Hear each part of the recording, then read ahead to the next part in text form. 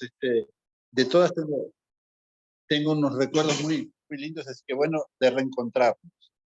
¿Se escucha sin cortes? ¿Se escucha bien? Sí, se escucha bien. Bueno, perfecto. Ahora si quieren pongan la imagen porque creo que ahora no vamos a tener problemas, sí nos vemos. Estoy viendo solo a Ángela, que la veo por ahí, ahora la veo a Estelita, muy bien, lindo verlas, ahora sí. Creo que ahora no vamos a tener problemas. Yo prefiero verlas porque además sé por las caras si se corta o no se corta y seguimos. Bueno, ¿cómo están? Un gusto verlas. Ahora sí, qué lindo. Bueno, como les decía, me encanta eso de que estén haciendo un proyecto en relación a lo de la oralidad y les cuento un poco esto porque venimos trabajando. En la subárea que estoy yo en educación especial se llama sordos y alteraciones del lenguaje. Y estamos trabajando muchísimo, aparte del trabajo con sordos, en el tema de la estimulación del lenguaje oral, que es una preocupación hoy, ¿verdad?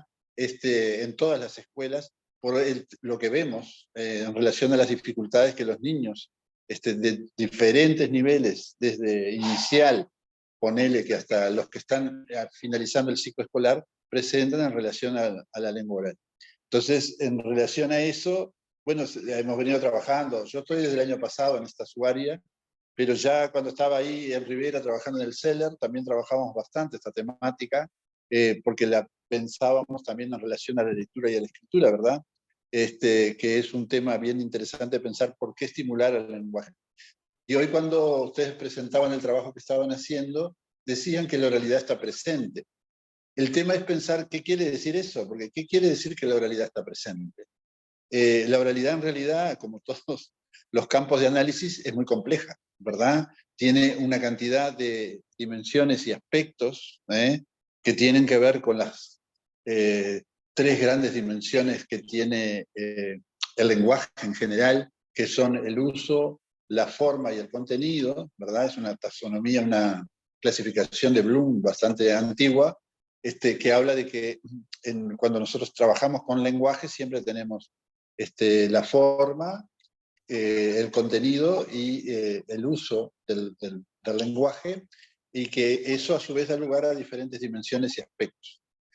Todo esto que estamos diciendo acá lo van a ver en un material que se lo pasamos a las compañeras, a Rosario y a Estela, y que me dijeron ellas que lo van a poner en la plataforma CREA, que tienen ahí un aula, donde van a tener la posibilidad de todos estos materiales que decimos. Es decir, que cuando uno dice esto, el lenguaje está presente, tendría que pensar en qué aspectos o en qué dimensiones sí y en cuáles no. Y entonces, yendo siempre al paradigma de la complejidad, ¿para qué la vamos a hacer fácil si la podemos hacer difícil?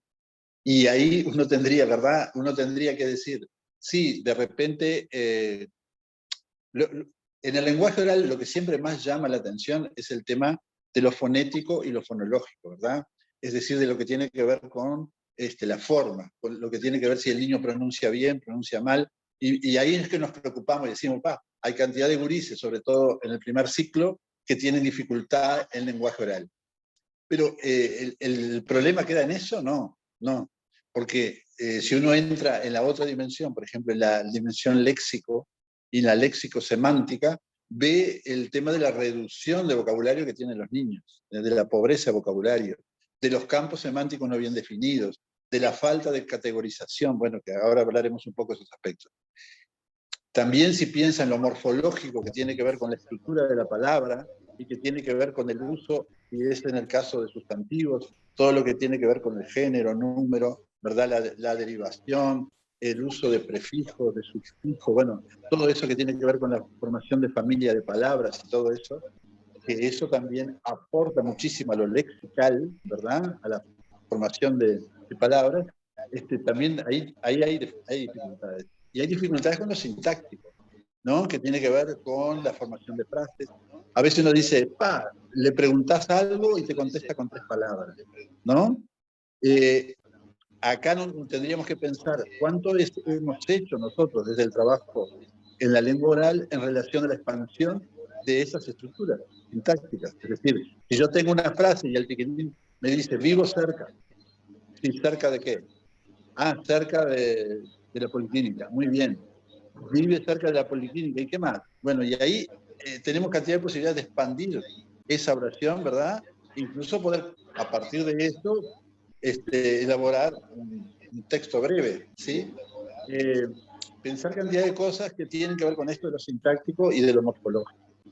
Otro aspecto que a veces también habría que trabajar muchísimo es el pragmático, tiene que ver con el uso de la lengua, con la pertinencia al discurso, que muchas veces tiene que ver con la coherencia. Bueno, y después está el aspecto discursivo, en realidad es una dimensión, la dimensión discursiva, que tiene que ver con todo lo que es géneros y secuencias, ¿verdad? En el tema de cómo se usa el género narrativo, o mejor dicho, la secuencia narrativa, cómo se usa la secuencia descriptiva, cómo se usa la explicativa. Bueno, es decir que acá habría que, cuando uno dice que la oralidad está presente, tendría que entrar un poco más a describir de qué manera sí y de qué forma no. Eso para aclarar un poco. Y después cuando ustedes dicen que en el observatorio tienen en cuenta cómo se trabaja la oralidad en el taller, cómo se trabaja la oralidad en la clase, yo preguntaría cuál es el momento específico de trabajo desde la oralidad, ¿sí? Porque uno puede ver la oralidad en diferentes situaciones, pero ¿en qué momento trabajo yo específicamente la oralidad? Sea donde sea, sea en el momento de la clase, sea en el taller, capaz que por ahí puede haber un taller de oralidad, ¿no? Y ahí uno dice, bueno, ¿qué es trabajar la oralidad? Capaz que si tienen ahí a mano la presentación, Rosario, que te había dicho, capaz que la ponemos ahí y vamos, porque en realidad lo que hice fue empezar por lo que ustedes Ya afirmaron la pongo. para explicar un poquito. Esa presentación está ahí entre los materiales que les damos, porque después si ustedes quieren trabajar con sus colectivos, puede servir, ¿verdad? Ahí está. ¿Es esta? La Perfecto. voy a ampliar para completar la pantalla. Perfecto. En esa presentación vamos a ver algunas cosas de esas que estamos diciendo, que están un poco más sistematizadas ahí. Bueno, si querés pasar, ahí simplemente la presentación. Acá nosotros pusimos algunos conceptos básicos que están buenos trabajarlos, porque uno dice así, ¿qué es el lenguaje? ¿Qué es el lenguaje oral? ¿Qué características tiene? ¿Qué diferencia hay entre lenguaje y habla? ¿Verdad? ¿Qué características tiene la oralidad? ¿Qué es esto de lengua materna, primera lengua, segunda lengua, lengua extranjera?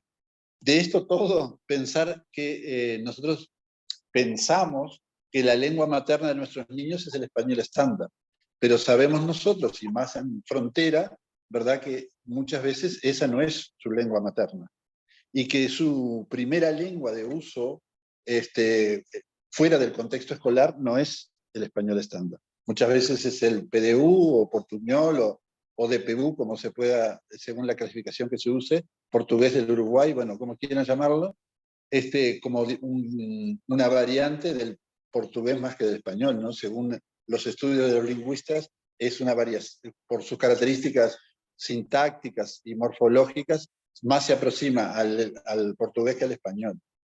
Pablo, Sí, te hago una acotación sí. a esto. Sabés que hicimos un Sí. estudio en la escuela 88, una encuesta, y Ajá. 77, si no me equivoco, Andrea Rodríguez, 77% de la población tiene lengua materna el portugués. Llámese Interesantísimo. portugués o porque viven del otro lado, o portugués del Uruguay, ¿viste? Pero Sí, sí. es el portugués. O sea, estamos Sí, sí. enseñando el español como segunda lengua. Bien, y ahí habría que pensar, Estela, si es en realidad una segunda lengua o es una lengua extranjera, o si es una lengua extranjera, ¿verdad? Segunda lengua porque tienen contacto, ¿verdad? Claro, pero viste que hay un concepto de segunda lengua y lengua extranjera de acuerdo a qué tipo de contacto se da, en qué contexto se da ese contacto.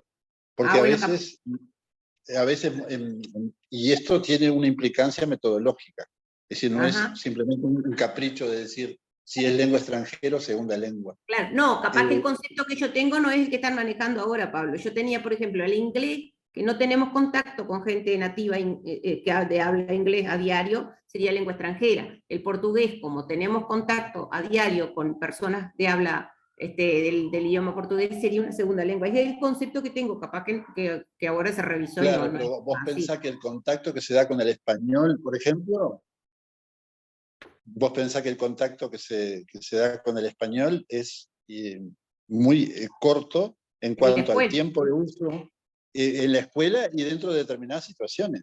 Porque el mismo niño que con la maestra está hablando en esa supuesta segunda lengua, se da vuelta para decirle algo a un compañero y no le va a decir en español seguramente, ¿no? Claro, Si sí, el sí, tal chiquilín... cual. Es decir, además hay que pensar, si vos analizás las estructuras tanto morfológicas como sintácticas del español estándar, difieren muchísimo de las estructuras que él está acostumbrado a oír, ¿verdad? En esa oralidad que tiene. Entonces, en algunos casos habría que pensar si más que segunda lengua hay que trabajar en la metodología desde la lengua extranjera. Ah, Y esto, aunque les parezca a ustedes una cosa impactante lo que voy a decir, no ocurre solamente en frontera. Ocurre también en otros lugares, incluso acá en la zona metropolitana, de que a veces eso de que el español estándar para muchos niños es acá segunda lengua. ¿Eh? No es el español que habitualmente se habla en su casa o en su medio social y cultural. Es decir, que estos conceptos está bueno manejarlos en cualquier lugar, ¿verdad? Porque tiene implicancias metodológicas. ¿Ah? Bueno, pasá nomás la diapositiva. Pablo, solamente para acotar a esto que decís, está Kelly por ahí, que es la directora del 86. Ayer en la sala, justamente la maestra de segundo año comentaba justamente eso, de que con algunos niños es tan impresionante el poder de ese DPU, de esa lengua con la que vienen del hogar, que ella tiene que adaptar la forma de hablar, la forma de dirigirse, la forma de comunicarse, para que le entiendan. Entonces, Perfecto. si nosotros tenemos que avanzar en ese conocimiento que tiene que tener el niño de esa lengua estándar, también tenemos que contemplar que esa comunicación no puede desconocer un mecanismo, nosotros que somos los adultos, de hacernos entender. Entonces ella dice, en muchos momentos tengo que responderle, tengo que explicarle, tengo que usar esa forma de comunicación de él, el lenguaje que usa, el DPU, para que me entienda. Entonces, ¿cómo el docente se enfrenta, ¿no?, a esa doble situación de tener que hacerse entender y por ahí utilizar la lengua materna con la que llega el niño, pero por otro lado también tiene que ir avanzando en ese proceso del derecho del niño de también ser incluido en un lenguaje estándar, ¿no? Exacto, exacto. Que el aprendizaje, en realidad, porque viste que se habla de dos mecanismos, la adquisición y el aprendizaje. Cuando uno está en un medio de una lengua que es materna y que puede ser primera lengua, se produce naturalmente un proceso de adquisición de esa lengua, ¿verdad?, en contacto con otros. Pero cuando nosotros tenemos que esa lengua es segunda lengua y algunas veces lengua extranjera, es necesario que el niño aprenda la lengua, porque tiene que aprender todas estas dimensiones de las que estamos hablando. No solo lo fonético, fonológico, que tiene que ver con la pronunciación de las palabras, pero también lo que tiene que ver con todo el vocabulario, lo que tiene que ver con los significados y los semánticos, y ni que hablar de lo morfológico sintáctico. Es decir que muchas veces nos enfrentamos a decir, ¿está adquiriendo o está aprendiendo? Y si está aprendiendo, ¿cuál es el proceso intencional que tengo que desarrollar de enseñanza? ¿Sí? Es decir que acá hay cantidad de cosas muy lindas para hablar, ¿verdad? Desde la lingüística y también desde la didáctica. Bueno, que nos tendríamos que poner más tiempo, bueno, y que si en algún momento hacemos un taller, ahí podemos conversar un poco más. Pero pasamos esta placa para la otra, y ahí, bueno, pensar un poco, esto que dice acá simplemente lo que es el lenguaje, después ustedes lo leen, porque son conceptos teóricos. Lo que sí se diferencia acá, el lenguaje de habla, porque habla es el acto, ¿verdad?, en el cual se produce la fonación, bueno, todo eso, pero que en realidad el lenguaje oral no es solo eso. Eso es una cosa que queremos dejar bien, bien claro, que cuando uno trabaja oralidad no debe trabajar solamente el habla. Es decir, no tiene que trabajar solo como el niño habla, sino que es más importante y más abarcador esto que vos dijiste hace un ratito, de que acá lo fundamental es la comunicación. Es decir, cómo lograr que ese niño se comunique. Nosotros hoy estamos enfrentados a cantidad de niños que presentan dificultades fonéticas y fonológicas, niños que no hablan bien, y siempre le decimos a los compañeros que lo primero que tenemos que lograr es que ese niño de alguna manera se comunique. Es como un prerequisito. Y si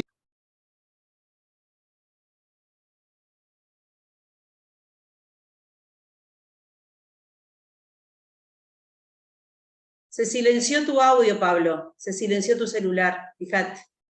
Está silenciado. Pablo, no sé si me escuchás. Se silenció el audio, Pablo. ¿Las demás compañeras lo escuchan? No se oye. No, Pablo, no se escucha. Pablo, no sé si nos escuchás. Pablo, se había silenciado tu celular, ahora sí volviste. Pero estuviste hablando, volví, no sé, 2 minutos, 3 ahí, sin muteado. Ahora sí. no fue por eso, fue porque entró una llamada y yo no Ah, la contesté, pero tampoco me permitía hablar. Ahora ya sé bien. que si me llaman de nuevo, rechazo la Se llamada corta, para se que corta. no, Ahora para que sí, no te se escuchamos corte. bien. No sé en qué parte quedé, que ustedes escucharon, no sé hasta qué parte La- escucharon. Estabas con el tema de la comunicación como prerequisito. Ahí está, y le decía que eso, que siempre una de las cosas que tratamos de De las determinar primero, dificultades fonéticas y fonológicas que los niños tienen. exacto, No y son las ahí veces. estaba diciendo que a pesar de tener dificultades de ese tipo, lo primero que nos interesa es que exista comunicación, ¿sí? Que el niño de alguna manera pueda tener esa capacidad de comunicarse. Y sobre todo, una de las primeras observaciones que hacemos en un niño cuando tiene dificultades en el lenguaje oral es si tiene intención comunicativa. Vieron que siempre la macrohabilidad, la oralidad siempre se observa desde dos macrohabilidades, que son el hablar y el escuchar, ¿verdad? Pero a esto se tendrían que sumar otras macrohabilidades que tienen que ver con lo gestual, la mímica facial, el movimiento y la posición en el espacio, ¿verdad? Es decir, lo que tiene que ver con la expresión corporal, pensando en algunos teóricos como Daniel Perdón, Kahneman. se cortó, Pablo. Dijiste el movimiento y la posición de... Sí, el movimiento, la posición del ¿Qué? cuerpo, movimiento, la posición del Ah, del cuerpo, cuerpo. sí, la mímica facial, bueno, todo eso. Te estaba diciendo que Calmels habla de que la voz y el habla son manifestaciones corporales, y a eso tenemos que sumarle que las otras expresiones que a veces llamamos elementos paraverbales o paralingüísticos, ¿verdad? También son parte de esa oralidad. Por eso este primer concepto para nosotros de oralidad es muy importante, ¿sí? Y una característica que tiene la oralidad es que tiene una duración efímera en el tiempo, ¿verdad? Es decir, que el acto de habla se produce y en el mismo momento, si no se registra, ¿verdad? Se termina su duración.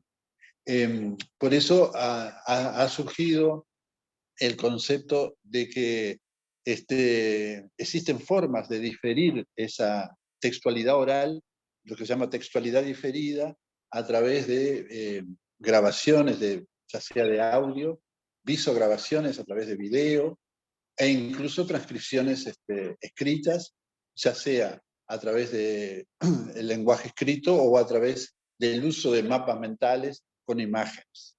Que eso es muy importante tener en cuenta cuando nosotros trabajamos la oralidad, la importancia de que la escritura tiene que separarse del trabajo oral, porque muchas veces la oralidad está como al servicio de la lectura y la escritura, ¿verdad? Es como que la oralidad fuera subsidiaria de la lectura y la escritura. Y en realidad hay que trabajar la oralidad por la oralidad misma. Y eso implica que sí puedo usar escritura, por ejemplo, para que el maestro registre las palabras que dijo el niño o las frases que utilizó, o que se pueda hacer eso a través de un video o de un audio. Pero en realidad la oralidad hay que trabajarla separada de la escritura y separada de la lectura. Esto es una verdad igual que siempre, como todas las verdades, es a medias, en el sentido de que a veces hemos visto cuando tenemos niños con dificultades fonéticas, por ejemplo, para pronunciar determinadas palabras, y si el niño lee, a veces la lectura ayuda muchísimo a mejorar el tema de la pronunciación. Es decir, no existen en esto todo verdades absolutas. En la práctica se pueden ver cosas muy diferentes, pero sí es cierto que cuando yo trabajo lenguaje oral, tengo que priorizar lo que es propio de la oralidad. ¿Ah? Y lo que tiene que ver con lo corporal es muy importante. Eso es lo que quiero decirles. Y eso condiciona todo el trabajo en oralidad. Si uno piensa hacer un taller de oralidad, tiene que elegir un espacio en la que el niño no puede estar solo sentado y apoyado en una mesa, ¿sí? Sino que tiene que tratar de tener posibilidad de moverse en el espacio, ¿sí? Eso es fundamental, ¿sí? Así que ya tiene como, eso condiciona la metodología de la que estamos hablando. Pasamos a la otra, Rosario. Bueno, en esta también habla sobre cómo se adquiere el lenguaje, ¿verdad? Que es fundamental la interacción con otros, porque se sabe que se adquiere a partir de la imitación, todo eso lo sabemos, y tiene también implicancias en lo metodológico, porque es necesario contar con modelos en la clase y otros modelos, ¿verdad? Que puede ser a través de videos o de audios. Por eso después le vamos a mostrar algo de los audiotextos que tenemos ahí, que pueden servir también para modelizar el tema de la oralidad. Así que eso es muy importante pensar desde lo metodológico, que el lenguaje cuando hay que adquirirlo o cuando hay que aprenderlo, ¿verdad? Necesita de modelos, ¿sí? Pasamos a la otra, porque así corro un poco esto para poder analizar un poco más lo que nos interesa. Ahí aparece lo que les decía hoy, que hay dos procesos diferentes, que son de adquisición y de aprendizaje. Y acá ahora, sí, ya lo expliqué esto, así que no vuelvo a decir. Y en la otra nos explica, ¿verdad?, que cuando uno dice que se está adquiriendo el lenguaje, entran las dimensiones de las que estábamos hablando hoy. Lo fonético y lo fonológico, lo morfológico y lo sintáctico, ¿verdad?, lo léxico y lo semántico, que por lo general, si van a algunos libros, habla de léxico por un lado y semántico por otro, pero que en realidad están muy conectados. Y después está lo pragmático y lo discursivo, que son todas esas dimensiones que ahora después vamos a ver qué aspectos están dentro de cada una de esas dimensiones. Bueno, acá uno se pregunta, para la estimulación del lenguaje oral, la primera pregunta es la que sigue en la placa ahí. Estoy corriendo un poco por el tema del tiempo, ¿verdad? ¿Para qué? Bueno, clarísimo que lo primero que queremos lograr en estimular el lenguaje oral es lo que dijimos recién, para desarrollar todas esas habilidades que tienen que ver con las dimensiones y aspectos del lenguaje oral, y para desarrollar competencias generales y específicas, pensando en lo de la transformación curricular, ¿verdad? Que si uno mira, los nuevos documentos, sobre todo para el primer ciclo, que ya está el programa, ¿verdad? Y van a ver que en el material que les pasamos hay una selección de algunas competencias y de contenidos que tienen que ver con el lenguaje oral. Bueno, ahí piensa sí que tiene que ver con eso. Pero en el para qué, antes de todo, para lograr o facilitar procesos de comunicación. Eso sería lo primero. Después, el qué también tiene que ver con lo mismo que dijimos recién, ¿no? Las dimensiones y aspectos del lenguaje oral y los contenidos por tramo, nivel y grado, ¿sí? Ustedes van a ver que nosotros le vamos a presentar dentro de las dimensiones y aspectos algunos aspectos que son bastante analíticos de lo que es la oralidad, porque lo que hacemos es desarmar, por ejemplo, la dimensión fonético-fonológica y todo lo que comprende, ¿verdad? Por ejemplo, la discriminación auditiva, la memoria auditiva, la localización del sonido, varias cosas que tienen que ver con eso, casi que en una mirada muy quirúrgica, ¿verdad? Pero van a ver cómo eso se conecta después con los contenidos por tramo, nivel y grado, que están, por ejemplo, para el primer ciclo en el programa ahora 2023. Así que después vemos esa relación. Y le puede servir para cuando se propone elaborar secuencias, ¿verdad?, en relación al lenguaje oral. En relación a lo otro que aparece ahí en la próxima placa, ¿Por qué? Bueno, primero por lo que dijimos hoy, que se observa en todos los lugares por los que hemos andado, niños con dificultades en lenguaje oral. Pero además porque ese lenguaje oral es fundamental para la comunicación, para la convivencia, para el desarrollo del pensamiento y para la afectividad. Eso no es novedad para nadie, ¿verdad? Pero pensar de la importancia del lenguaje en todas las dimensiones de, de la persona, ¿sí? Y también pensar que el lenguaje oral tiene un vínculo importante con el lenguaje escrito. Si bien uno puede en algunas cosas marcar cierta independencia y ver que tienen características diferentes el lenguaje oral y el lenguaje escrito, sabemos que existe, sobre todo para el aprendizaje de la lectura, ¿verdad? Y después para lo que tiene que ver con todo lo de la escritura, el desarrollo de la conciencia fonológica, por ejemplo, que es uno de los tantos aspectos que está dentro de la dimensión fonético-fonológica, es muy importante. Y hoy, los que hemos trabajado con niños con dificultades en lectura y escritura, sabemos que es uno de los primeros aspectos que debemos tratar de atender, que es la conciencia fonológica, que se trabaja primero desde la oralidad y que luego se busca establecer la relación con la escritura. Por eso la conciencia fonológica es ese puente que hay entre la oralidad y la escritura y que es tan importante para aprender a leer y después también para poder desarrollar procesos de escritura. Bueno, seguimos. En la próxima placa vemos qué aprender, qué trabajar en la oralidad, y ahí están las dimensiones y aspectos.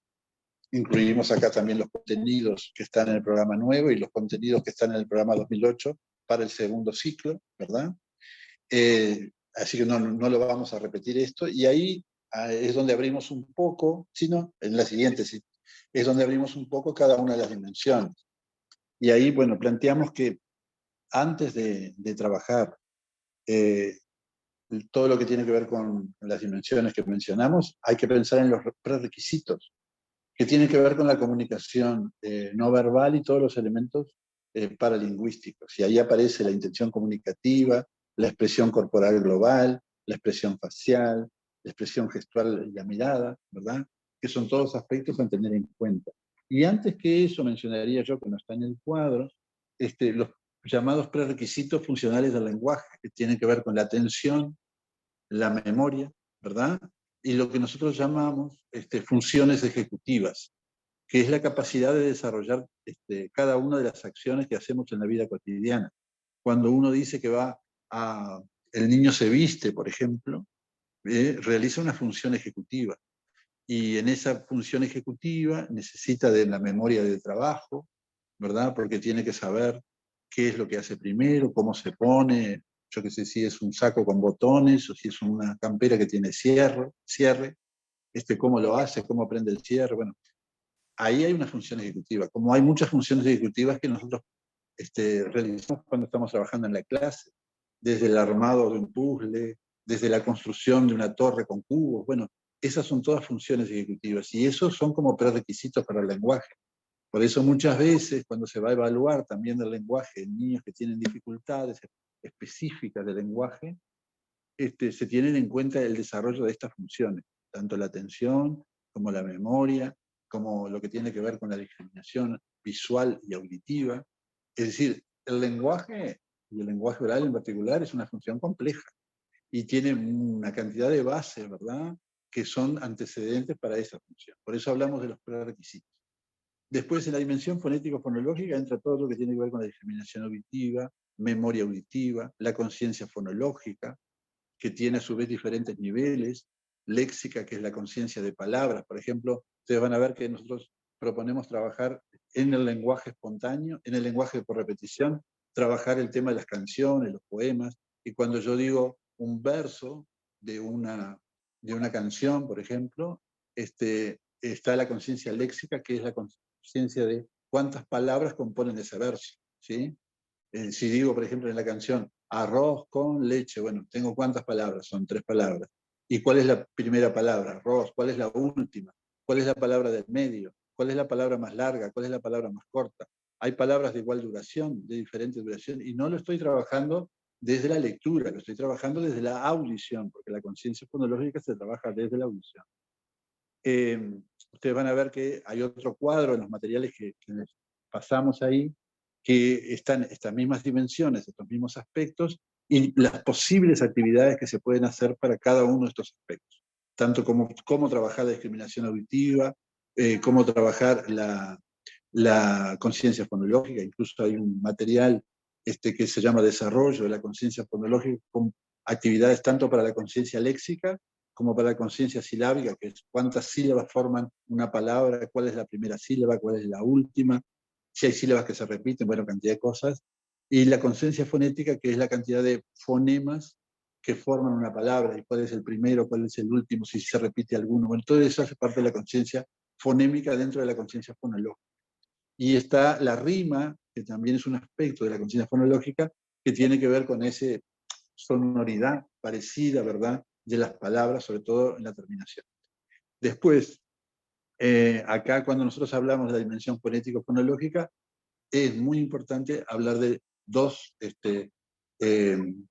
modalidades diferentes de la oralidad, que son el lenguaje por repetición y el lenguaje espontáneo. Y las dos deben ser trabajadas. Por eso yo, cuando hago una observación acerca del lenguaje, tengo que diferenciar siempre si las dificultades que ese niño presenta o que ese grupo presenta son en relación al lenguaje espontáneo, cuando, por ejemplo, ese niño va a contar algo, cuando va a dialogar con alguien, ¿verdad? Va a hacer un discurso oral, o si esas dificultades también están en el lenguaje por repetición. Cuando yo, por ejemplo, trabajo con él una canción y el niño no la memoriza, o un poema y tiene dificultad para pronunciar palabras, o cuando le digo las palabras que forman un determinado verso de ese poema y el niño omite alguna palabra, o tiene dificultad para decir alguna de esas palabras del verso, entonces ahí digo que además de tener dificultad en el lenguaje espontáneo, tiene dificultad también en el lenguaje por repetición. Y aquí una máxima, que bueno, recetas no hay nunca, ¿verdad?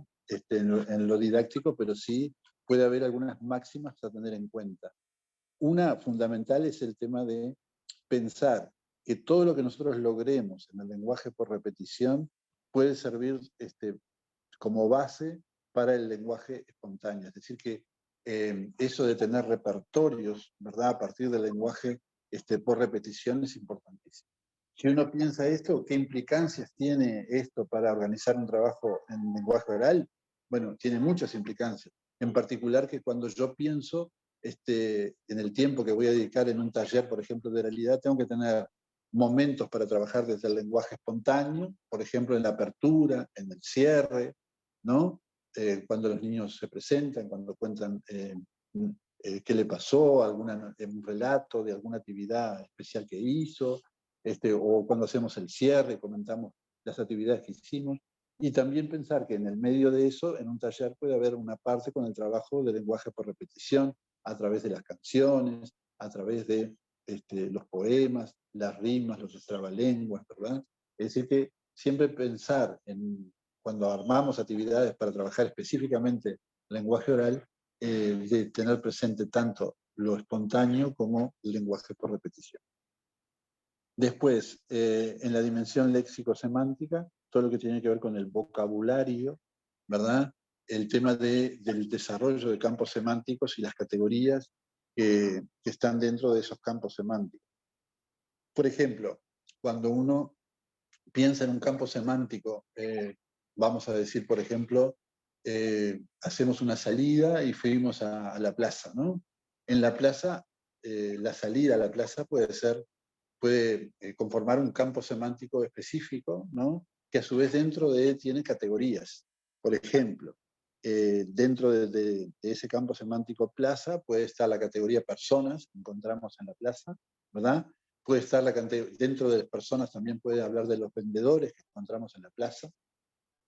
Por otro lado, los juegos que encontramos ahí. Si hablamos de la vegetación que hay en esa plaza, podemos hablar de los árboles, de los arbustos, del jardín y de las flores, las diferentes plantas, el pasto, el césped, bueno, etc. A su vez, si en esa plaza hay otras estructuras, por ejemplo, o hubiera una escultura, o hubiera alguna obra de arte, o en algunos, pensando en la Plaza Artigas de Rivera, si hay, por ejemplo, una exposición de murales. Entonces, cuando yo digo, hablo del campo semántico plaza, dentro de ese campo semántico hay categorías, ¿verdad? Y pensar, cuando voy a realizar una actividad de ese tipo, todas las posibilidades que tengo desde el vocabulario. Y pensar que, si bien es importante el léxico que maneja el niño, es importante que desarrolle la capacidad de entender los significados y de poder elaborar conceptos. Es decir, que la conceptualización es dentro de este aspecto algo que tiene que estar muy destacado, que es el tema de cómo conceptualizar. Si yo digo, por ejemplo, hablando de la misma salida a la plaza, y digo las hamacas, bueno, ¿pero qué son las hamacas? ¿No? De que el niño pueda construir el concepto de que son juegos, ¿verdad? Que están ahí en la plaza y que tienen determinadas características, que están siempre colgadas de algo, ¿verdad? De un travesaño, y que, bueno, que pueden estar colgados de cadenas o de hierros, que tienen un asiento, ¿verdad? Y que permiten jugar hacia adelante, hacia atrás, de diferentes maneras, que hay hamacas diferentes, hay hamacas para niños chicos, hay hamacas para niños grandes, ¿verdad? A veces detenerse en la conceptualización de algunas palabras es importante, no porque todas las palabras que trabajemos tengan que conceptualizarse, sino porque tenemos que desarrollar esa capacidad lingüística de elaborar conceptos, de poder comparar y decir, bueno, esto sí es hamaca, esto no es hamaca, es otro juego diferente, que muchas veces uno piensa de qué manera se produce la conceptualización, ¿no? Y la conceptualización se da a veces afirmando lo que es algo, pero también diciendo lo que no es, ¿verdad? Excluyéndolo de determinados campos e incluyéndolo en otras categorías o campos. Es decir, que la formación de conceptos es algo muy interesante. Hay un material ahí en el que compartimos con ustedes, de soprano, que en uno de los capítulos que está por ahí habla un poco del tema de cómo se produce la conceptualización. Después, en cuanto a la dimensión léxico-semántica, también poder trabajar la comprensión de órdenes orales, la comprensión de preguntas. En el tema de comprensión de órdenes orales, la prueba INDI, por ejemplo, trabaja muchísimo con el tema que se realiza en educación inicial, trabaja mucho con el tema de comprender órdenes simples y después cómo comprende órdenes complejas, se establece la diferenciación, y está bien interesante eso. A veces cuando tenemos problemas con un niño que decimos, este niño tiene dificultad en el lenguaje oral, ¿no? Pero ahí hay que aprender, hay que diferenciar si esas dificultades están en la comprensión o en la expresión, o si son en ambos, o si es en ambos aspectos. Si tiene dificultad tanto para comprender como para expresarse. Porque a veces hay niños que hablan mal, entre comillas, ¿verdad? Que tienen dificultades que pueden ser fonéticas, pero que de repente ese niño tiene muy buena comprensión, que muchas veces nos pasa. Entonces tenemos que tratar de diferenciar bien en qué aspecto puede estar esa dificultad. Bueno, en lo que tiene que ver con lo morfológico y lo sintáctico, todo lo que tiene que ver con estructuración de las palabras, derivación, composición, número, ¿sí?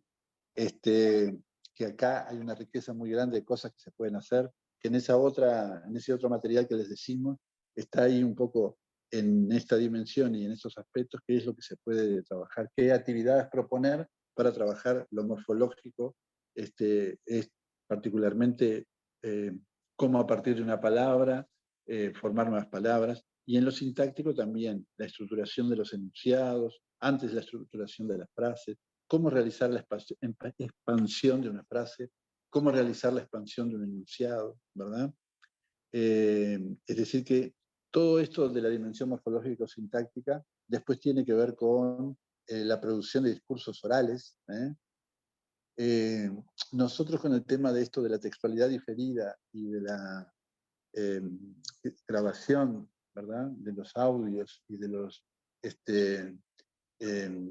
videos, tenemos una posibilidad bien interesante para trabajar después los discursos y el análisis de discurso de los niños. Cuando uno dice discurso, se está refiriendo a que, por ejemplo, hicimos una salida y le pedimos a algún niño o a una dupla de niños que relaten cómo fue la actividad, ¿verdad?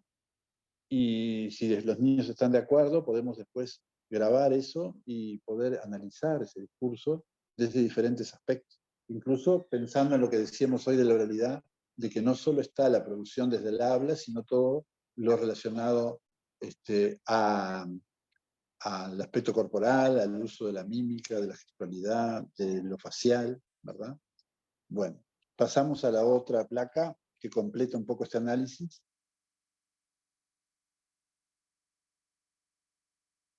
Bien, ahí tenemos la dimensión pragmática que tiene que ver con la pertinencia y el uso del lenguaje. Acá entra un aspecto bien interesante que también tenemos que trabajar, que es el respeto de los turnos en la conversación. En realidad la dimensión pragmática tiene muchos aspectos de análisis que, bueno, ahora acá es medio, sería medio engorroso trabajar eso, pero en otro material que después les voy a pasar, que no está ahí todavía, pero que les voy a pasar de toda la dimensión pragmática y todo lo que abarca, que es bien interesante para tenerlo en cuenta en el trabajo. Y la dimensión discursiva, que tiene que ver con todo esto de secuencias y géneros textuales, de pensar que cuando uno propone un trabajo con la lengua oral, está bueno pensar en los itinerarios. Aquellos mismos itinerarios que hablaba Biblioteca Solidaria, ¿verdad? Cuando uno trabaja, por ejemplo, cuentos y textos relacionados a perros, por ejemplo, o relacionados a sapos o a grillos, ¿verdad? Lo mismo que lo plantea para el trabajo con la lectura y la escritura, lo puede pensar también para la oralidad, pensar en itinerarios textuales. ¿Por qué es importante esto? Bueno, porque primero que estamos ampliando el campo semántico. Si uno dice, voy a trabajar textos que hablen de grillos, puedo pensar en canciones que hablen de grillos, en adivinanzas que tengan relación, en rimas, ¿verdad? También en un texto que sea enciclopédico y que hable de los grillos, y por eso nosotros tenemos muy en cuenta el tema de los audiotextos que están producidos a partir de los textos de los cuadernos de lectura y escritura. En realidad esos audiotextos que los hicimos en la época en que estábamos en educación artística con los compañeros de las escuelas de educación artística, en aquel momento trabajamos con María Guidali, y tenían por objetivo que el niño fuera escuchando el audiotexto y fuera siguiendo la lectura. Nosotros desde la oralidad podemos utilizar esos mismos audiotextos solo con la finalidad de trabajar la oralidad, para que el niño pueda escucharlo sin leer el texto, ¿verdad? Y pueda trabajarlo desde ahí. Y en los audiotextos lo interesante es que están pensados de una manera que ya existe, hay un itinerario textual. Porque en el mismo CLE, por ejemplo, vieron que se propone, por ejemplo, con el sapito glo, glo, glo, se propone el texto original del poema, pero después hay otro texto referido a sapos, hay algunas adivinanzas y aquellas jaranas de las palabras que están referidas a juegos con palabras que tienen que ver con sapos, y también hay un texto enciclopédico sobre los sapos. Ahí ya tienen un itinerario armado, que es un poco la idea del trabajo. En ese caso está pensado así para la lectura y escritura, pero esa misma organización metodológica sirve también para trabajar desde la oralidad. Es decir, armar itinerarios, y cuando uno planifica una secuencia para trabajar en realidad, pensar 2 o 3 textos que tengan alguna relación temática, ¿verdad? Y que se puedan relacionar. Porque esto implica que ese campo semántico, a partir de varios textos, se puede expandir. Y desde lo discursivo, implica también que esa misma temática puede ser abordada a través de diferentes secuencias, narrativa, explicativa, ¿verdad? A través de textos instructivos. Por ejemplo, cuando trabajamos el itinerario sobre brujas, se puede trabajar con la canción, una canción, se puede trabajar con algunas rimas, y también se puede trabajar con una receta. Por ejemplo, hay la famosa receta esa de cómo convertir príncipes en sapos. Y bueno, es un texto instructivo, ¿verdad? Que se puede trabajar desde la oralidad. Repito esto. Cuando nosotros vamos a trabajar un texto que está, por ejemplo, escrito, lo que tengo que hacer es o utilizar el audio texto que ya esté grabado y que además de tener el texto oral, tiene paisaje sonoro, tiene sonidos diversos, ¿verdad?, que complementan ese texto, o el mismo docente puede leer ese texto o pedirle a alguien, ¿verdad?, externo a la clase que también lo lea o que lo pueda animar de alguna manera. Pero siempre lo trabajamos desde la audición, lo presentamos desde la audición o puede ser a través de un video, porque ahí la información que puede venir a través de un corto, de un dibujo animado, de un documental, etcétera, también puede hacer parte de ese trabajo de oralidad. Es decir, pensar que para la oralidad hay muchos recursos y que no se quedan solamente en los textos que podamos nosotros leer o apelar a recitarle a los niños para que después los aprendan, o a las canciones, no se queda solamente en eso. Bueno, no sé si esto hasta acá se entiende bien, si quieren hacer alguna aclaración o alguna pregunta. No sé qué, por lo menos escuchar la voz de alguien, porque me parece que estoy hablando muy solo. Está buenísimo, Pablo. No, qué bueno que ahora estaba justo Yolanda acá, dice, podemos asistir el Zoom.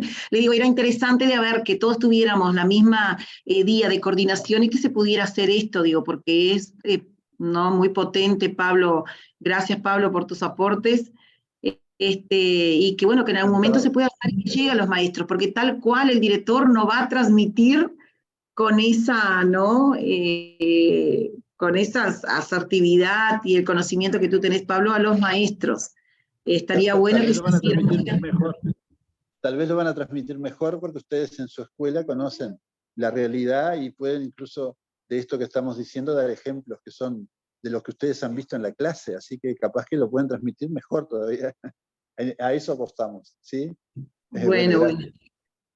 Y con respecto a la próxima placa que habla de la metodología, ¿verdad?, que si quieren lo pasan ahí, tener en cuenta que, ahí está, líneas metodológicas a tener en cuenta. Pasarla nomás. Estoy tratando de apurar un poco por el tema del horario, sobre todo porque sé que se aproxima mediodía y se complica.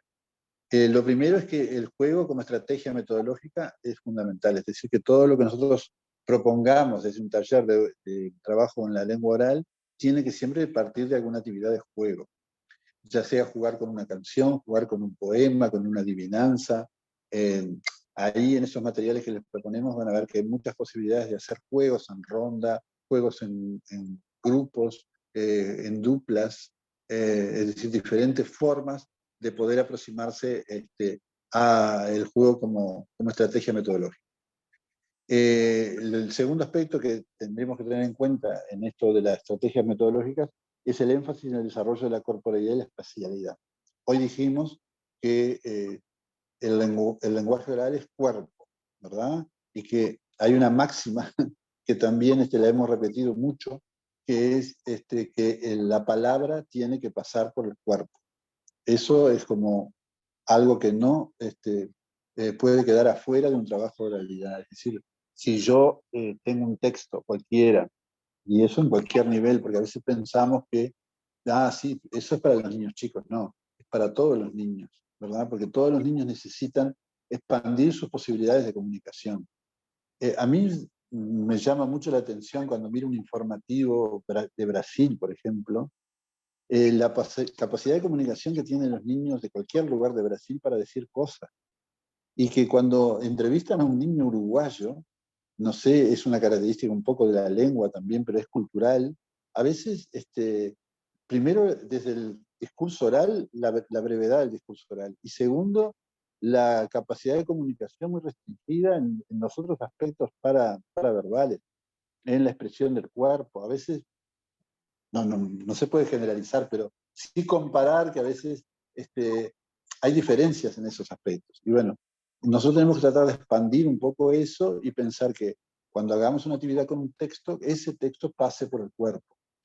Hay un texto muy lindo que está en los audiotextos, que nosotros ahí en el material que les pasamos, están los audiotextos de los CLE de primero, segundo y tercero, y en el CLE de tercero está aquel famoso cuento, Las locas ganas de imaginar.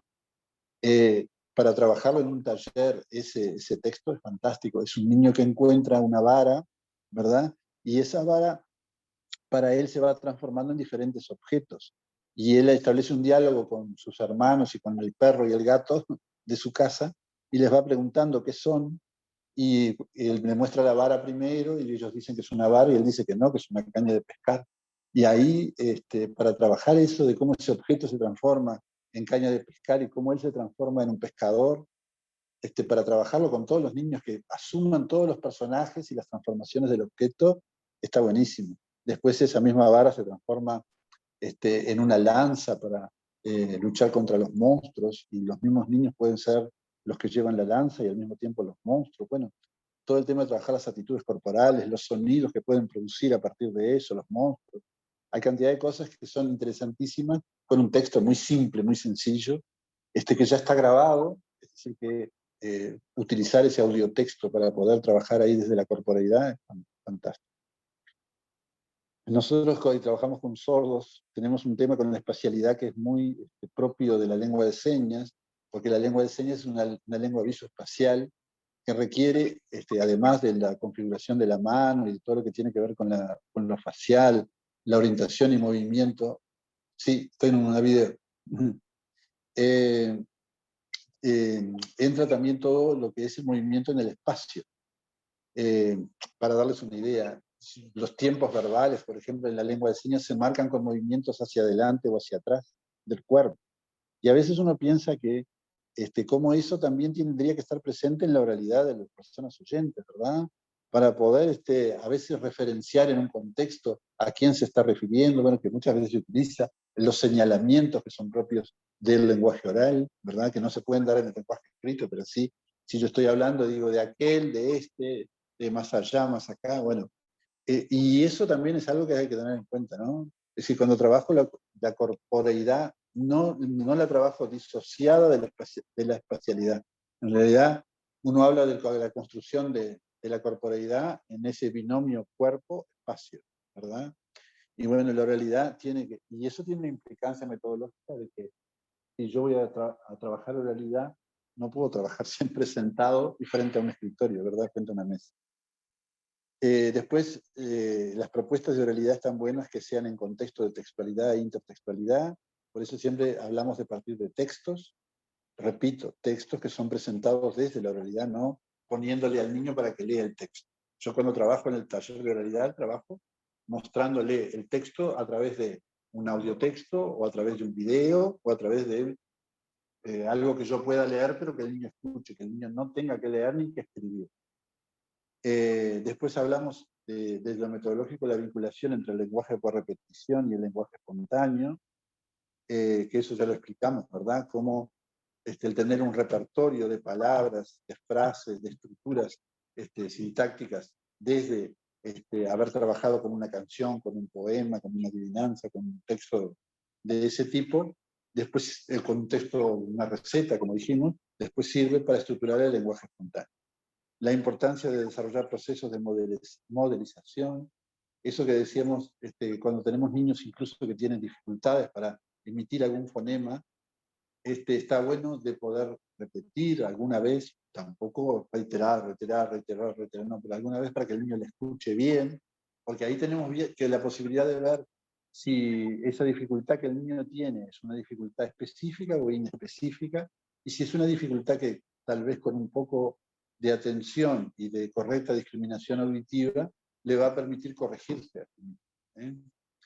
Después en la otra placa encontramos otros dos aspectos que son importantes en esto de lo metodológico, si querés lo pasamos, que son, por un lado, mientras no lo pasen, yo lo digo igual, que es la escritura, no lo pudieron pasar ahí, pero yo lo digo igual, la escritura al servicio de la oralidad. Es decir, que yo acá, lo que les dije hoy, cuando trabajamos oralidad tenemos que disociarla de la lectura y disociarla de la escritura. Y utilizar la escritura solamente para que el maestro pueda consignar de repente las frases que utiliza el niño. Si estamos trabajando, por ejemplo, para que el niño diga las palabras que se acuerda de un texto y trabajamos la memoria auditiva. Bueno, capaz que el maestro anota para hacer una lista, ¿verdad? Pero no con la intención de trabajar la escritura ni la lectura. Y ahí entra el concepto que decíamos hoy de la textualidad diferida, es decir, de eso que esa oralidad se puede registrar a través de la grabación del texto, ya sea a través de un audio, ya sea a través de un video, que tiene sus ventajas el video sobre el audio, porque además de consignar la información del habla que está dada ahí, nos muestra otros aspectos que tienen que ver con lo paraverbal y lo no verbal. Incluso la prosodia, el ritmo de la palabra, las entonaciones, ¿no? Todo eso. No sé si se trancó ahí la presentación y no la pudieron pasar. Ahí. Bien. Acá también, entre lo metodológico, utilizar variadas estrategias organizacionales, es decir, trabajar en forma colectiva con todos, pero también formar o planificar actividades en grupos, en duplas, algunas actividades individuales, como cuando propongo a un niño que desarrolle un discurso oral y yo pueda de repente grabar ese discurso. Bueno, las actividades, está bueno que al planificar una secuencia tenga en cuenta esta variedad de estrategias organizacionales. Y una cosa que para nosotros es fundamental desde la didáctica, la organización de propuestas a través de una planificación periódica que oriente la planificación diaria.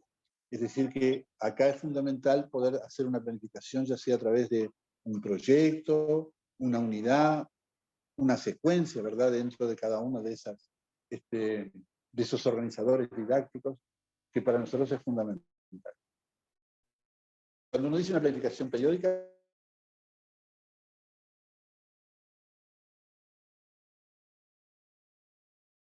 Se puede cortar un poquito, Pablo. Un poquito, Pablo. ¿Cómo? Se cortó No un poquito. Sí, Pero ahora sí, ya te escuchamos nuevamente. Sí, se ve que es un tema de internet. Sí, estamos en el punto 8, en la organización de propuestas a través de la planificación. Sí. Eso, y ahí les decía que es importante que sean secuencias, ¿verdad?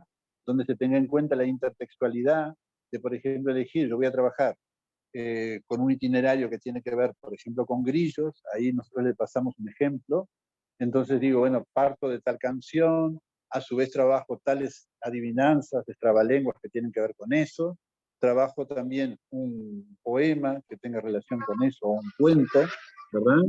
Es decir, que elijo para planificar esa secuencia determinados textos que están de alguna manera vinculados sobre la misma temática. Y eso es un poco lo que hay alguien con el micrófono abierto. Ahora tem que firmar o Mazzoni, bueno, o Nelson, ese Gutiérrez, puede firmar.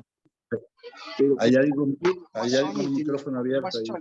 Al mismo Mazzoni. Nuri, creo que sos tú, Nuri. 153. Que está con el micrófono abierto, me parece. Sí, había alguien con el micrófono abierto. Bien. Ya bueno, silencié, ya silencié. Sí, ya silencié. Pasamos a la otra placa. Y ahí estoy tratando de apurarme porque miro la hora y me... Ya llegamos. Acá. ¿Esta? Después, cómo estimular el lenguaje oral. En realidad acá está muy esbozado, muy sintéticamente, pero después en un cuadro que yo les digo que tenemos ahí, que está parte de esta presentación, están todas las dimensiones, los aspectos y las posibles actividades para cada uno de esos aspectos. Por ejemplo, qué actividades se pueden hacer para la discriminación auditiva, para la memoria auditiva, y van a ver que entre los materiales que les aportamos están planificadas algunas secuencias desde la oralidad, en relación, por ejemplo, a una canción y a otros textos que se pueden trabajar a partir de esa canción. Ese es un ejemplo. Pablo, ahora cuando terminemos esta presentación, hacemos un paneo por todos aquellos materiales, que los tengo en Drive, compartimos pantalla y hacemos eso, ¿te parece? Perfecto. Si querés saltamos a la otra diapositiva, y ahí, bueno, con qué, ahí el con qué tiene que ver con los recursos, ¿verdad? Muy variados, ya los vinimos diciendo. Nosotros pensamos que el tema de utilizar las cajas con disfraces tiene una importancia por esto de la corporeidad que decíamos. En esa caja a veces puede haber telas, puede haber pelucas, puede haber antifaces, puede haber diferentes elementos, ¿verdad? Que puedan servir para ayudar de alguna manera a desarrollar esa oralidad. Pero también, bueno, ahí está los videos, videoclips, cortos, cuentos, películas, el uso de los títeres, las marionetas. Nosotros sabemos la importancia del trabajo con muñecos, o con títeres, o con marionetas, que a veces permite al niño que tiene alguna dificultad de expresarse por temas que generalmente tienen que ver con lo emocional, el uso de algún elemento, ¿verdad?, donde él pueda utilizar la voz de ese elemento para comunicarse, es bien interesante. A veces hablar como hablaría el caballo, como hablaría, yo qué sé, tal o cual personaje, sirve muchísimo, ¿verdad? Entonces, tener una variedad de elementos cuando vamos a hacer un taller de oralidad, sirve. Y bueno, después todo lo que es el tema de la tecnología, los celulares, y para nosotros una cosa que es fundamental es el papelógrafo. Que volvemos a decir, no es para que el niño escriba ni para que el niño lea, sino para que el maestro pueda tomar nota de aquellas cosas que van surgiendo en el taller de oralidad. Y después pueda de alguna manera decir, vieron que cuando hablamos de tal cosa, ustedes dijeron esto, incluso sin necesidad de ponerle para que el niño lea, el maestro puede usarlo para leer él, ¿verdad? Pero está bueno como registro. Muchas veces usamos también con niños chicos, pero también con niños con dificultad en la expresión, o para que tienen dificultad, por ejemplo, para estructurar el discurso oral, el tema de los mapas mentales, que pueden ser a través de imágenes. Cuando se trabaja, por ejemplo, una canción o un poema, es muy interesante representar cada verso, o un grupo de versos o una estrofa a través de imágenes. Y después trabajar la evocación con los niños de ese texto a través de esas imágenes, ¿no? Por ejemplo, no por simples los textos a veces podemos decir que no son valiosos. Hay algunos textos, canciones muy simples con poquitos versos, y a veces de una o dos estrofas, que son interesantes de trabajar. Incluso para hacer este trabajo de mapa mental. Es decir, yo represento cada verso con una imagen, que lo puedo traer yo como maestro, pero que después también puedo hacer ese proceso con los niños. Y ahí yo quiero evocar algo que Vygotsky trabajó bastante, que fue los niveles de representación que se pueden utilizar en el lenguaje.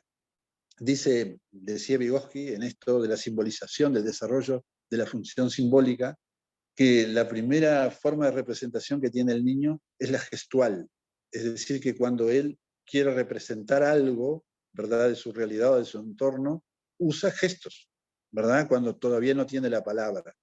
Y si, por ejemplo, está hablando de la teta y quiere que le den la teta, hace con el dedo, ¿verdad?, que está chupando, y la mamá sabe que está pidiéndole la teta, ¿sí? O si quiere algún objeto que es con el que juega y quiere de alguna manera que se lo usa, o el señalamiento, ¿verdad?, porque ve al objeto lejos y usa el señalamiento, o si no lo está viendo, y ahí ya hay digamos, un principio de representación, hace algún gesto que está representando, si fuera un vaso, o si fuera una botella, o si fuera, es decir, o si fuera el muñeco, hace una representación gestual.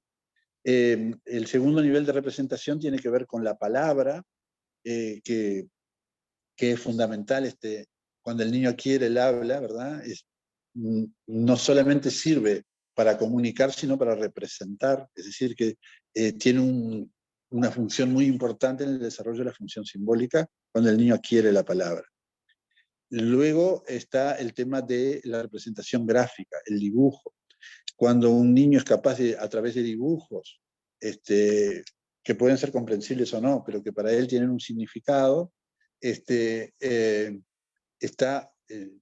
de alguna manera conquistando otro nivel de representación. Y el Perdón, próximo Pablo, nivel se me congeló. Anterior al nivel de la palabra que dijiste y posterior, como que se me va cortando, no sé si se corta y quedas pausado. Ustedes avísenme porque, claro, hay diferencias Me dijiste que los niveles de representación. El primero es lo gestual, ¿verdad? El segundo es la palabra hablada, ¿no? el habla, la palabra. El niño puede decir palabras y representar a través de la palabra el objeto, lo que sea. Después el tercer nivel de representación es el dibujo, la imagen que el niño puede hacer a través de su dibujo, de los trazos, aunque haga un círculo y te diga, bueno, que eso es la pelota, pero que capaz que esa misma pelota después puede tener otro nivel de representación, representar otra cosa, la olla, o el perro, o la madre, ¿no? De acuerdo justo a también el desarrollo que tenga en el gesto gráfico. Pero sí, ese gesto gráfico que termina en una producción de una imagen es un nivel de representación de algo. Y el cuarto nivel de representación sería la palabra escrita. Es decir, que cuando ya el niño logra escribir, ¿verdad?, y establecer la relación entre la palabra y la imagen, o entre la palabra y ese objeto, o entre la palabra y el concepto, ahí estamos en otro nivel de representación. Digo esto porque cuando uno trabaja en la oralidad, es bueno tener en cuenta estos niveles y pensar que cuando yo tengo un niño con dificultades de comunicación a través de la palabra, puedo estimular de alguna manera la comunicación de ese niño primero desde lo gestual, ¿sí? Es decir, a través de lo gestual, pero también a través de los dibujos. Ustedes saben que cuando tenemos niños del espectro autista, por ejemplo, se trabaja mucho con los pictogramas, ¿sí? Y con el trabajo con imágenes de diferente tipo, para que el niño cuando quiere, por ejemplo, ir al baño, señale dentro del pictograma el que corresponde, o cuando quiere tomar agua. Es decir, que pensar que eso mismo, cuando nosotros trabajamos con niños que no tienen ninguna dificultad de este tipo, también puede servir. En este caso, puede servir, por ejemplo, la imagen para la evocación de un texto. Entonces yo, cuando quiero trabajar una canción y después quiero evocar esa canción, puedo utilizar el texto escrito, pero también puedo utilizar solo imágenes e ir mostrando y armando la secuencia.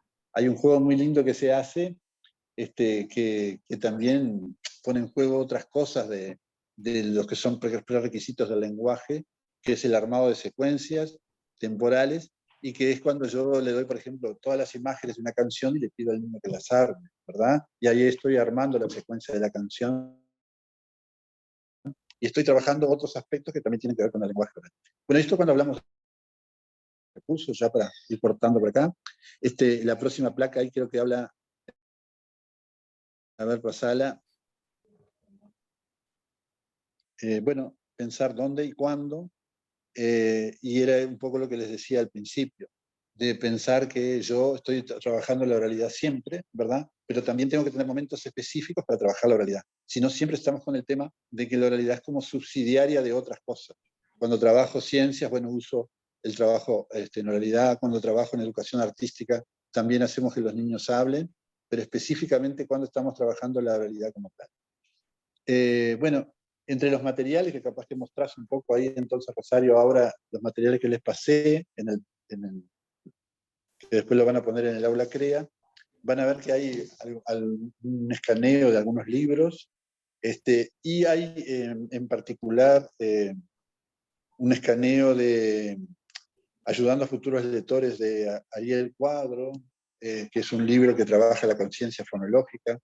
No sé, no sé si podés entrar ahí a los otros materiales y vemos, si no les cuento más o menos para no alargar demasiado. Van a encontrar Voy a intentar entrar allí, pero hablando más que voy a ir buscando. Igual les voy contando. Ah, Hay un material de Avendaño, por ejemplo, que habla de cómo trabajar la oralidad y sobre todo pensando en los niveles más grandes, más altos, ¿verdad? Para el segundo ciclo. Pensar que hay proyectos como el proyecto de la radio, el proyecto de la televisión, de la televisión y el teatro en la escuela, son proyectos bien interesantes para poder desarrollar la oralidad con los niños más grandes, poder producir documentales sobre determinadas temáticas. En realidad, siempre yo tengo que tener claro cuando propongo un proyecto de lo que sea, en qué momento voy a trabajar el lenguaje por repetición y en qué momento voy a trabajar el lenguaje espontáneo, ¿sí? Si yo, por ejemplo, estoy trabajando un documental sobre determinada temática, ponele que estoy trabajando sobre la cultura riverense, ¿no? Y entonces digo, bueno, voy a trabajar con canciones y poemas que tienen que ver con eso, ¿sí? Para después producir de repente un documental sobre la ciudad de Rivera, ponele, o sobre mi barrio, no sé. Entonces, con estas canciones y poemas trabajo desde el lenguaje por repetición, ¿verdad? Y ahí voy a tener una serie de vocabulario que me va a ir aportando y ampliando el campo semántico que tiene que ver con Rivera. Pero a su vez, después, desde el lenguaje espontáneo, los niños van a hacer notas, de repente van a hacer entrevistas a determinadas personas, van a producir noticias que tengan relación que ver con la ciudad de Rivera, van a hacer algún relato específico de alguna cosa que pasó en determinado momento, y ahí entonces en ese proyecto que puedo armar con los niños, sobre todo pensando ya en el segundo ciclo, estoy también trabajando en la realidad en la misma perspectiva, desde el lenguaje por repetición y desde el lenguaje espontáneo. Así que estas líneas metodológicas que hablamos se aplican con cualquiera de los niveles que tengamos en la escuela. A ver si acá ahora se puede ver algo. Sí, sí. Estamos con los Sí, se ve, audiotextos. se ve perfecto. Voy a bajar un poquito el cursor. Los Ahí está. audiotextos. Después ahí está el itinerario de los grillos, que decía, hay unos recomendados que están ahí, algunos conjuntos musicales que tienen canciones para niños. Una de las cosas que también nosotros tenemos como máxima es tratar de traer a la escuela lo que es la cultura infantil, volver a rescatar ese mundo de los niños, ¿verdad? Que a veces está muy adultizado, se piensa mucho en esas canciones que están en la radio, en la televisión, que a todos nos gusta, en YouTube, por supuesto. Escuchamos a Shakira, escuchamos a todos los que están ahí en la onda, ¿verdad? Pero también nos gusta llevar a la escuela ese otro mundo, que es el mundo de la canción infantil. Y ahí donde dice recomendados, le ponemos algunas imágenes de algunos conjuntos musicales. Están los Duendes Picarones, que son unos maestros ahí de Tacuarembó, que algunos deben conocer. Estela capaz que los conoció ahí por Tacuarembó, que tienen canciones muy lindas, además con diferentes ritmos, que está buenísimo para trabajar el ritmo, el pulso, el acento, bueno, ahí, y tienen desde canciones para no dormir la siesta hasta Rada para niños, bueno, una variedad. Ahí simplemente lo que hay son imágenes para que ustedes tengan una inspiración y poder buscar a partir de eso los canticuénticos tan conocidos. Y, bueno. Después está dimensiones y aspectos y actividades, que ahí es el cuadro que les digo yo, donde están las dimensiones de los aspectos y algunas actividades que se pueden hacer en cada uno de los aspectos. Por ejemplo, cómo trabajar los prerequisitos, cómo trabajar todo lo que tiene que ver con lo léxico semántico, cómo trabajar los sinónimos, antónimos, bueno, todas esas cosas. Hay cantidad de ideas ahí y muchas de las que se le van a ocurrir a ustedes al pensar desde esta organización. Después también entre los materiales van a encontrar ahí algunas secuencias que están armadas, por ejemplo, secuencias para trabajar desde una canción, secuencias para trabajar, por ejemplo, desde el baile de los animales, que es una canción, que se puede trabajar con eso, desde la oralidad. Y después van a ver, ahí está la secuencia con las actividades planificadas.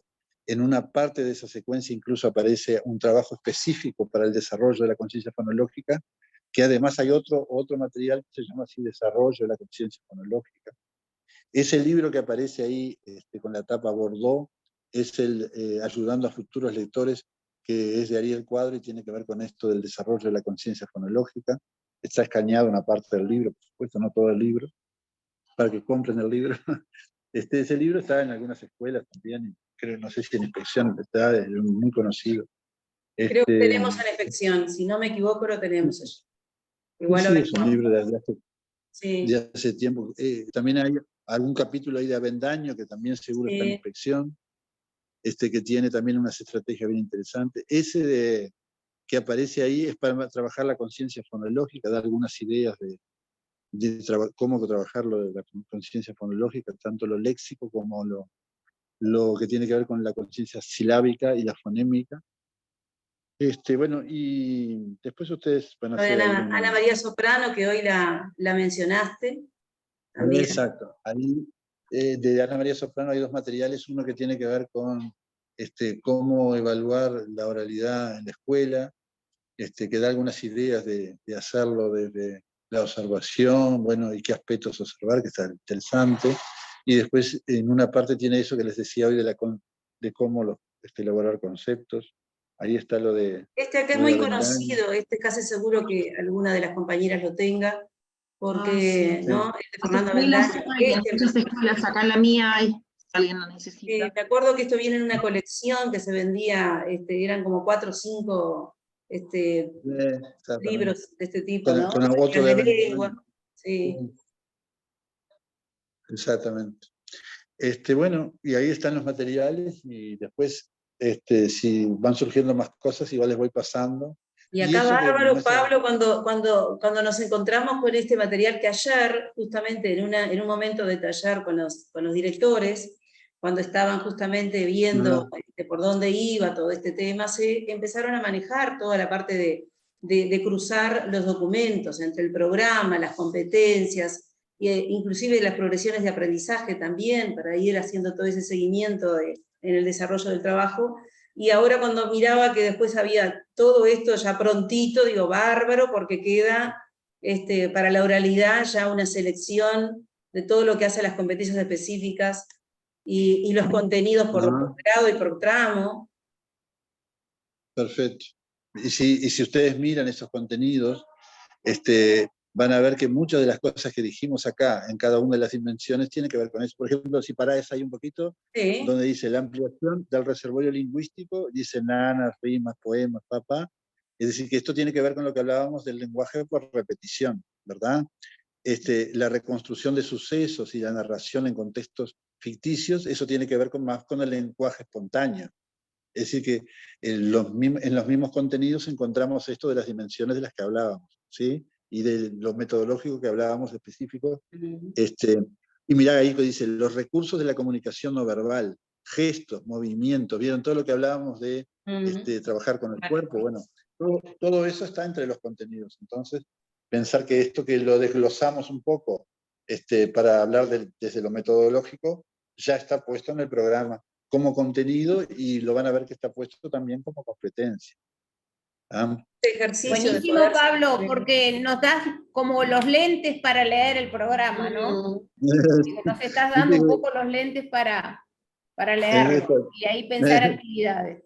Está buenísimo, muy práctico. Digo, vos estabas hablando y ya nos iba surgiendo cosas de que habíamos hablado ayer y poder encasillarlo, ¿no? Estamos hablando de esto. Y este ejercicio, ¿no? De poder seleccionar, de poder tener esa mirada, justamente de ir directamente, bueno, ¿cuáles son los contenidos? ¿Cuáles son las competencias? Inclusive acá, que están señalados los criterios de logro, que también ayer algunos equipos estaban, justamente que está iluminado, expresa y relaciona ideas, expresa sus ideas y las relaciona con la situación de comunicación, cómo justamente se reitera en 3, en 4, en 5, y se ve el avance.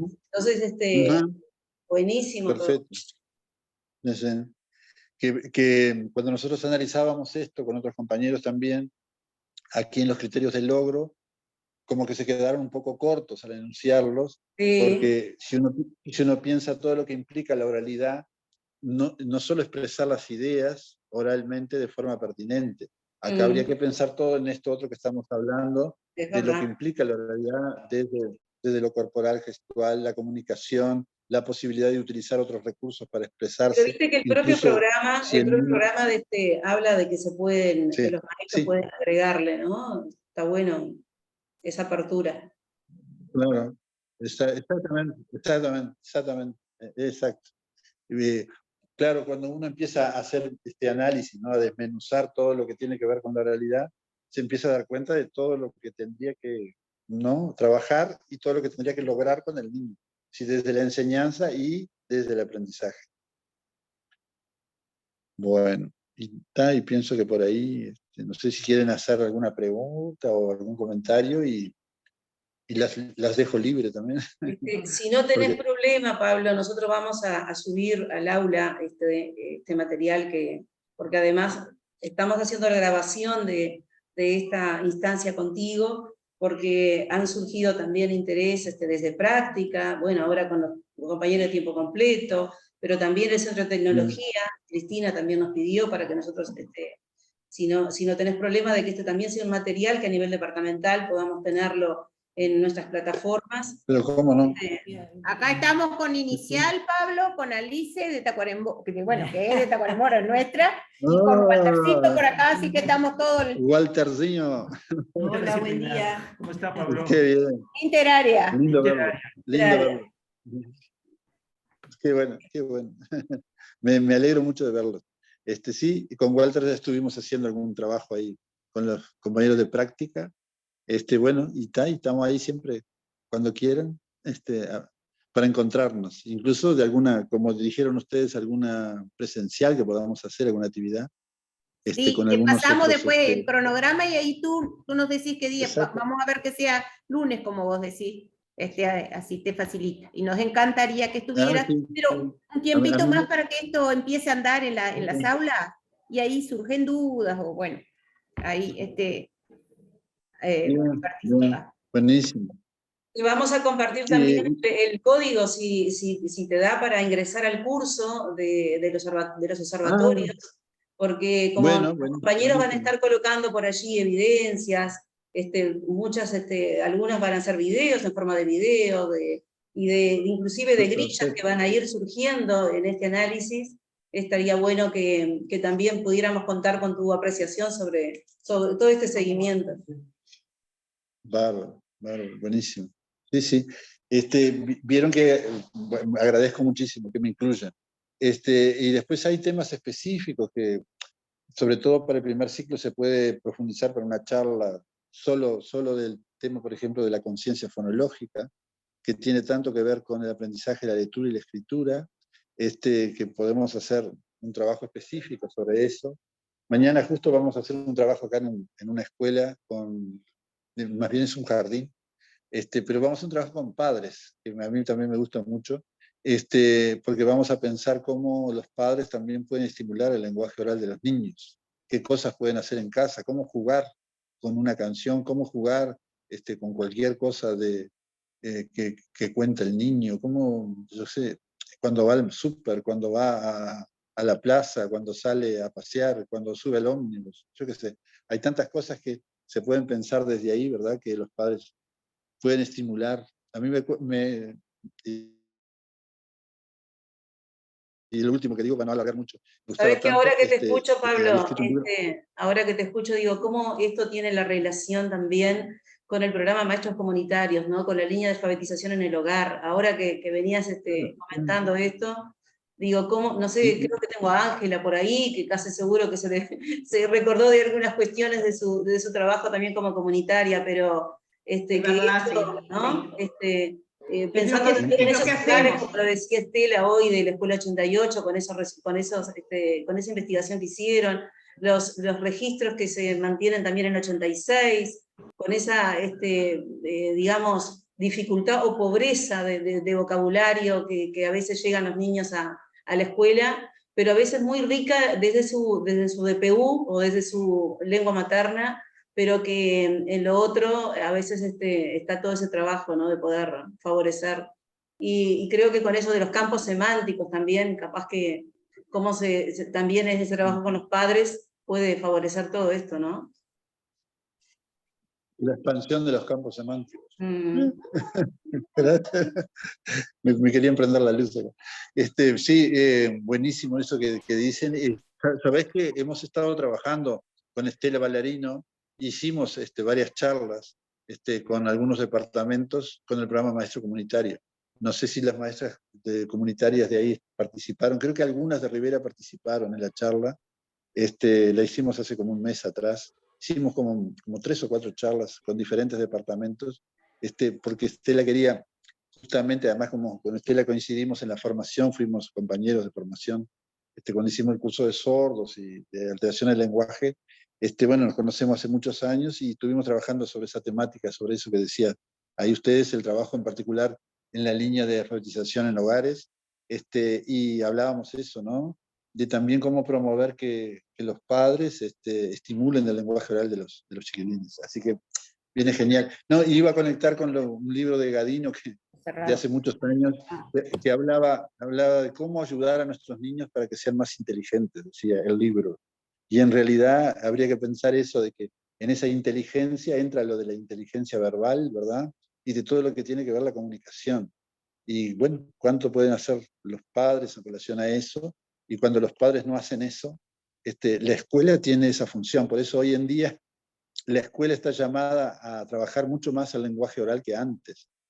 Hoy, cuando hablábamos del por qué estimular el lenguaje oral, es porque la organización familiar, el tema de las pantallas, cantidad de cosas que pasaron en la pandemia, que ahora pobre pandemia tiene la culpa de todo, pero cantidad de cosas que fueron pasando en estos últimos años, pero que ya venían de antes, y la organización familiar, sobre todo, las características de las familias de hoy, hace que los niños ya no traigan aquellos mismos repertorios que traían en otras épocas. Cuando se sentaban los abuelos a tomar mate dulce, ¿no? De tarde, que tenían tiempo, y a contar cosas, y mostrar fotos, y contar historias del pasado, y eso cuánto alimentaba ese repertorio lingüístico, incluso no solo en lo léxico, sino que le daba otros elementos para después el mismo niño elaborar sus propios discursos, hacer sus propias narraciones. Nosotros siempre decimos, cuentistas eran los de antes, porque había esa práctica, ¿verdad?, de hacer cuentos y de sentarse cuando no había cuando no había televisión. Nosotros éramos chicos, la televisión, yo me acuerdo que tenía creo que 9 o 10 años cuando vi por primera vez tele acá en Rivera, allá en Rivera, para mí. Ustedes capaz que son más jóvenes que yo, pero no existía la televisión. Y lo que escuchábamos era la radio y después a los viejos contar cosas, ¿verdad? Y bueno, eso preparaba una oralidad que hoy no existe, esa misma preparación de la oralidad. Por eso la escuela tiene que tomar ese lugar de estimular el lenguaje oral y a su vez estimular a los padres a que estimulen a sus hijos, a la familia, porque hoy hablamos de padres, pero también tenemos esas familias que los niños tienen como referente al abuelo, a la abuela o a veces a un tío, ¿no? Porque sabemos cuáles son las realidades familiares también muy diversas. Así que bueno, un poco eso. Así que está, quedamos ahí conectados. Encantado de verlos. ¿Sí? Estamos con Luján. Hola. Acá, te quiere saludar. Pablito, ¿cómo estás? Se corta un poquito. Sí. Hola. Estamos con Luján acá, Pablo, te quiere saludar. Hola. Sí. Se entrecorta, Pablo. ¿Cómo estás, Pablo? Pero querida Luján, ¿cómo estamos? Bien, llegué al final ahora. Llegué al final ahora. No sé, medio se corta, pero le estoy saludando. Sí. Hola. Quedás medio congelado, pero está. Se te escucha. No sé si me escuchan. Digo que llegué al final, se pero congeló. qué importante. Sí, qué importante igual para acá ustedes. También. Sí. No escuchan nada. No me escuchan los demás. Tranquera sí, pero se congela cada tanto la imagen. Bueno, porque no, lo que yo decía, digo, qué importante esto, que yo llegué ahora al final, pero rescatar esto de ese trabajo con las vivencias, con las familias, con lo que tiene que ver con, no solo rescatar, sino partir de eso, ¿no? Porque no es que se haya perdido tanto, yo creo que eso, lo que el niño vive en el seno familiar, en su hogar, desde la oralidad, esas vivencias que tenga, esas conversaciones, esos diálogos que tiene, narraciones, todo lo que vive en su casa, en su hogar, qué importante, y por eso con la línea de alfabetización, poder tomar y partir de eso para expandir el vocabulario, y no solo para lo que tiene que ver con lo técnico, digamos, de la oralidad, sino relacionarlo con lo emocional, con lo que es este trabajo desde la familia, con las emociones,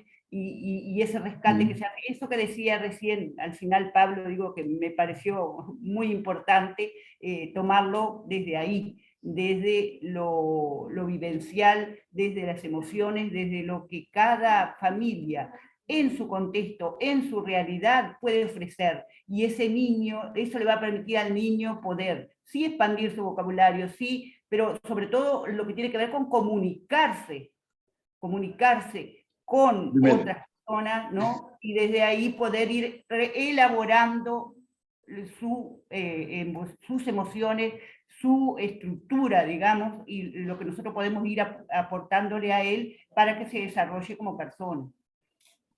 Totalmente. Y ahora que decís eso, Luján, y yo pensaba en un texto que lo estoy buscando hace tiempo, pero no lo encuentro, pero que era esto, capaz que ustedes me ayudan, que hablaba de cómo se tejen hilos invisibles cuando se dan esas relaciones. No me acuerdo cómo era el nombre del texto, mirá que lo he buscado en internet y no lo he encontrado. Pero sé que en esos idas y venidas, en los toques, en los abrazos, en las palabras que van y vienen, se va tejiendo una especie de capa invisible que es la que permite a ese niño seguir adelante en la vida. Y aun cuando después los padres no estén, ¿verdad? Esa coraza se fue tejiendo con esas cosas. Y cuando digo esto, la verdad que me emociono porque me acuerdo de un taller que hicimos una vez sobre eso, con ese texto, que es eso, ¿verdad? Tejer ese tejido invisible. Y hoy estamos en un tiempo tan difícil que tocar es difícil, ¿verdad? Porque hasta los mismos padres tienen miedo a veces de abrazar a un niño o de tocarlo, con todas esas cosas que hay por ahí tan complejas, ¿no? Y qué necesario hoy es la mirada, porque con la mirada se tejen hilos, el toque, el gesto, poder guiñar un ojo, poder esbozar una sonrisa, poder imitar y copiar, eso que dicen algunos de construir relación de cercanía. Y eso es comunicación, ¿no? La comunicación es eso, construir relación de cercanía. Así que bueno, está buenazo. La verdad que me encanta encontrarlo, como que estoy ahí con ustedes. Bueno, mil gracias, Pablo. Y vas a estar. Un placer. Ya te convocamos. Un placer. Sí. No te invitamos, dale, te convocamos. Bueno, Pablito, muchísimas gracias por esa generosidad, por esa disposición, por esa apertura que tenés y de siempre estar unido a todos los proyectos que se te invita. Así que muchísimas gracias. Y bueno, y los compañeros que estuvieron hoy presentes también, agradecerles. Yo creo que todos fuimos tomando algunos recaudos sobre eso y cada uno fue asociando con su contexto, con sus posibilidades, con todo lo que puede surgir. Así que va a ser muy útil, de verdad que va a ser muy útil, y no podíamos dejar de tener esta instancia contigo. Muchas gracias. Muchas gracias, Pablo. A ustedes, un placer. Y ya estás incluido gracias, Pablo. en este proyecto. Gracias, Pablo. Muchas gracias. A ver qué van a... Un placer verlas a todos. Y a ver qué van a preparar de rico ahí cuando nos juntemos. Algo rico. Quedan con ese compromiso. Bien. Bueno, cortamos por aquí. Dale. Bueno, que pases muy bien. Gracias. Chao. Saludos a todos. Chao, chao. Chao, gracias.